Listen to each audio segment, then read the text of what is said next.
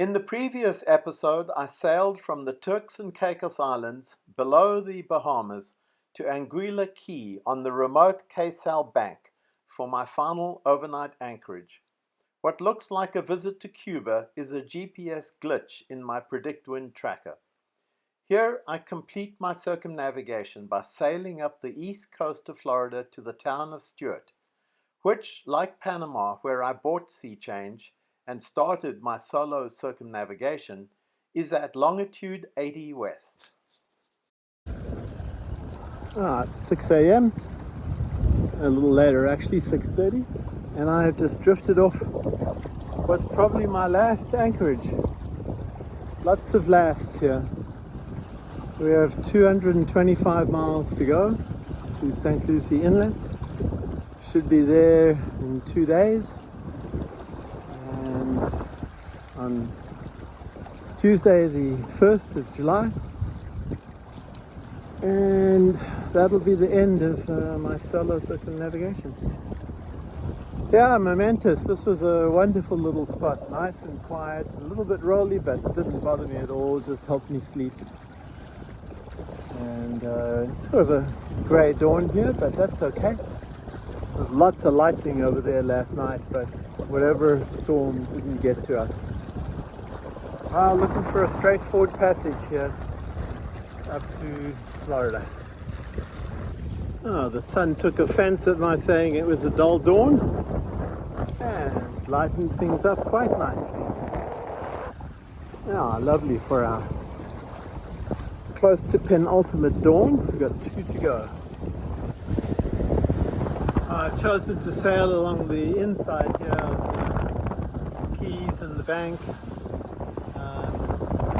But when it's open here to the ocean, you might as well be on the ocean. Plus, there's some navigational hazards here. There were a series of rocks barely visible along the edge of the bank that I had to avoid, but eventually a large enough channel opened up to escape into the open. Well, this has turned into a simply spectacular day. Wow. Could you ask for more for the penultimate day of sailing? Maybe penultimate. It was stronger earlier, so we were doing 5-6 easily. Now it's much lighter, and every now and again we get a really light patch, and then your sails bang a bit. But man, I am proud of finishing this with the original sail set. You can't see them, but the staysail and the jibber up front there.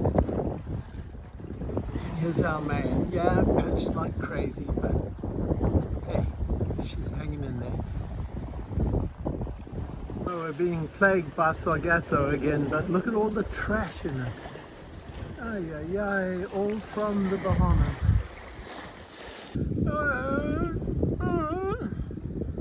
This one's so big, and we're sailing, we could get stuck in this one. I have to put the engine on and push us through. Look at the trash. Oh, God. I guess it accumulates it in one place, but oh, that's disgusting. And you can hear it.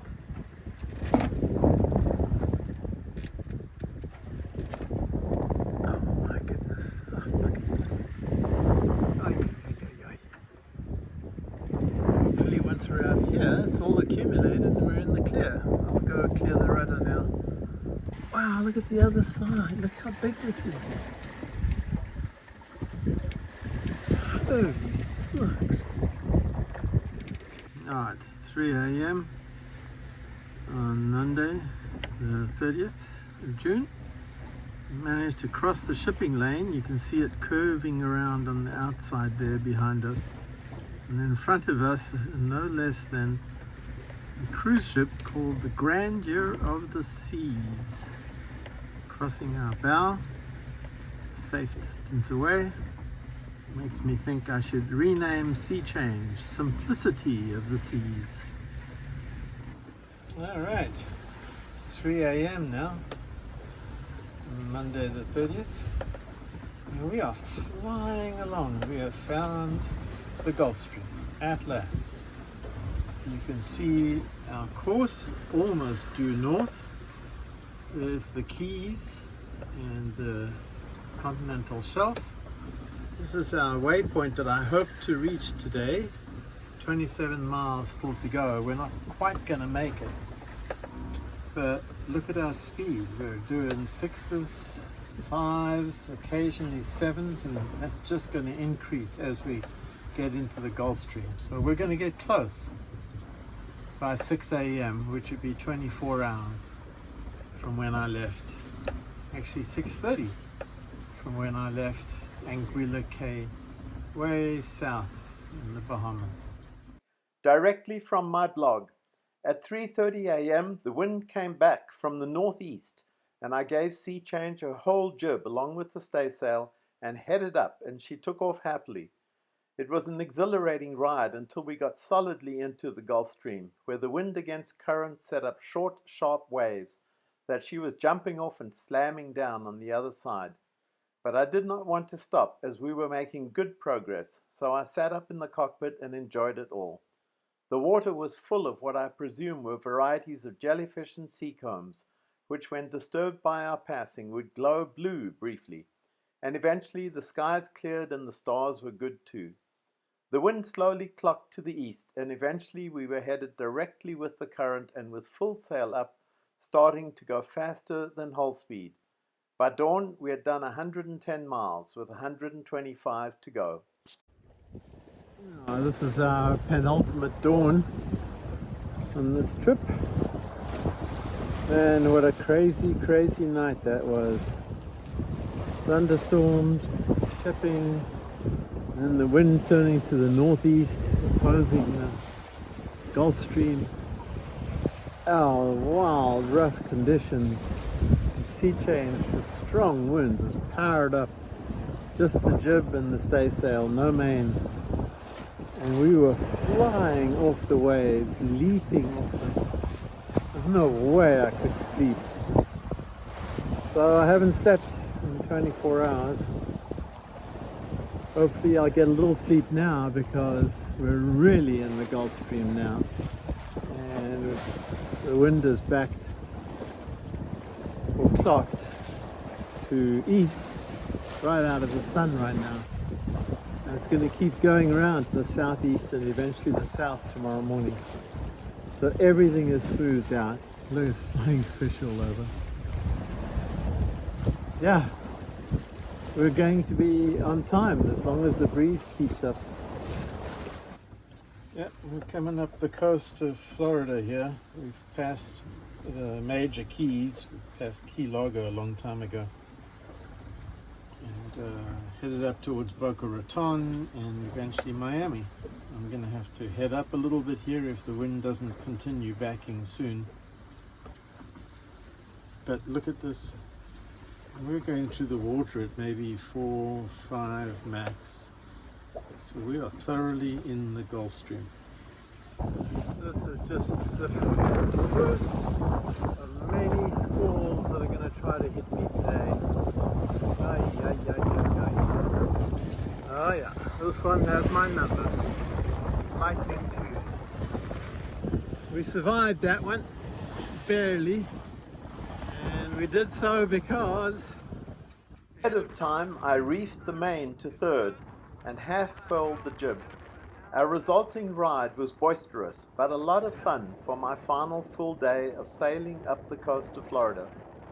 Sea Change is a heavy boat to begin with, and all the gear I had on board made her even heavier.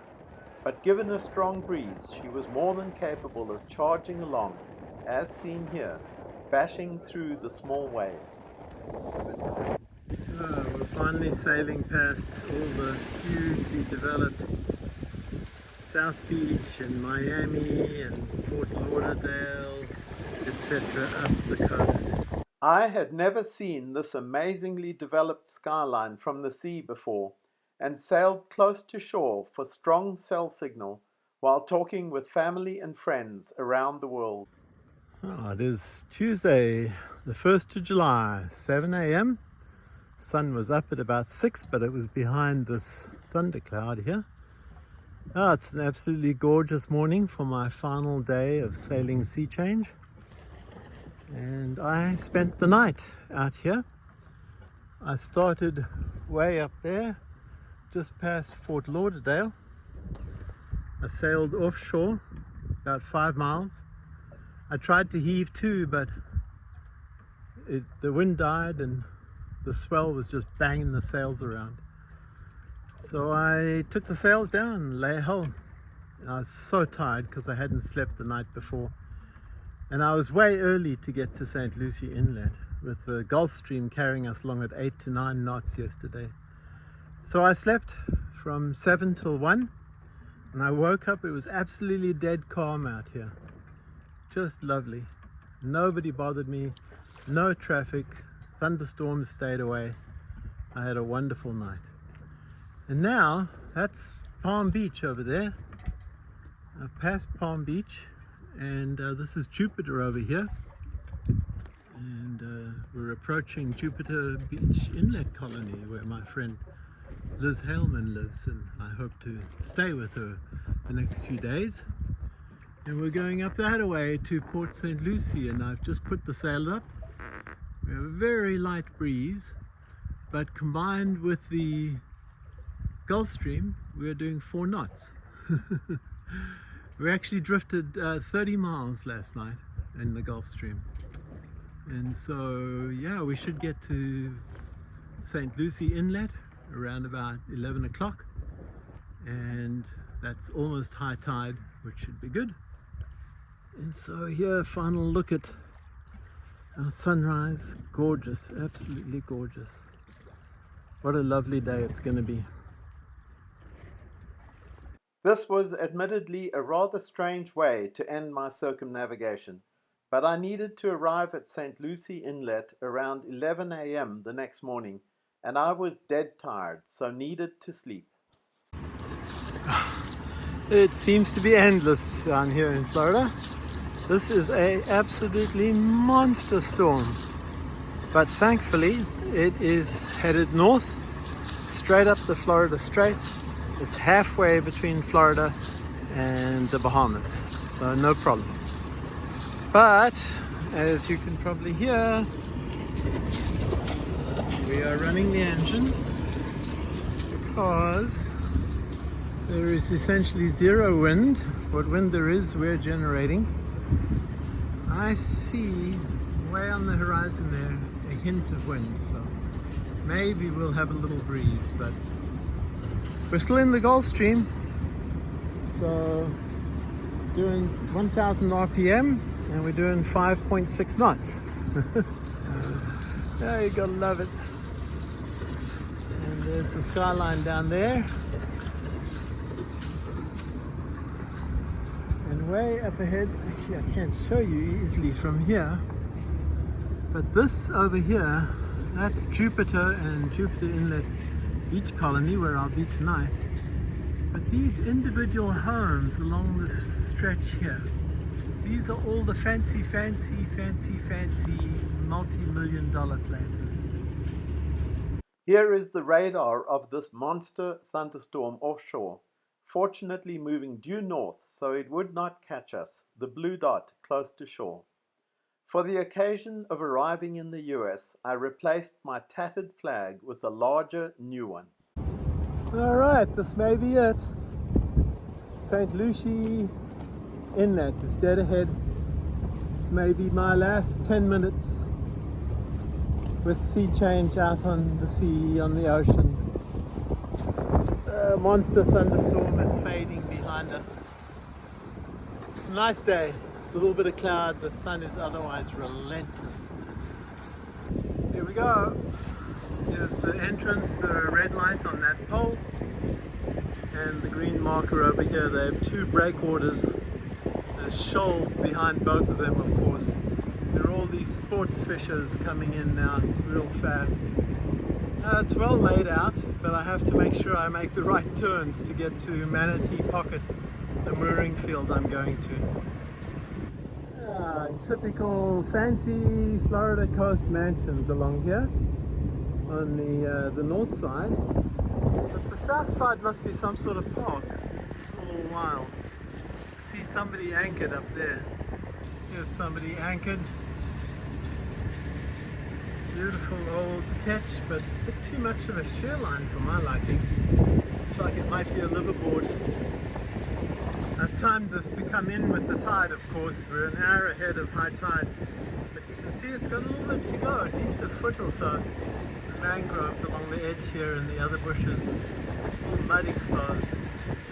All along the side here, these fancy houses, everybody with a pier, everybody with a boat.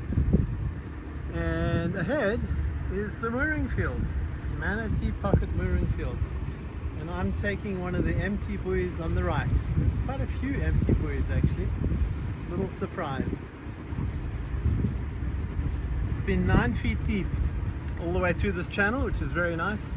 This is the satellite view from Google with St. Lucie Inlet on the top right and Manatee Pocket Mooring Field bottom left. Note the complicated channels to get there. And that's it. I've arrived. This is Manatee Pocket Mooring Field. This is my new friend here, Keith, and his very nice Island Packet 32. Wow, what a smart looking boat compared with Sea Change. She's a little worn, Sea Changes. There's a bunch of other boats here, but there's also some open moorings. And some guy over here seems to have his own private mooring. Lots of mangroves, another channel through here, another channel through there. Hot day, it's always going to be hot and sticky. Time to sell the boat. Well, the thunderstorms have followed me inland to the Manatee Pocket here. No surprise, they seem to form every afternoon now. And on the other side, lovely blue sky. We'll see if the storms reach us this afternoon. Finally, here she is in all her glory, my beloved Sea Change. As I left her that afternoon, after Keith kindly took me to lunch at a nearby restaurant on the waterfront. In the next episode, I sell Sea Change and return to life on land.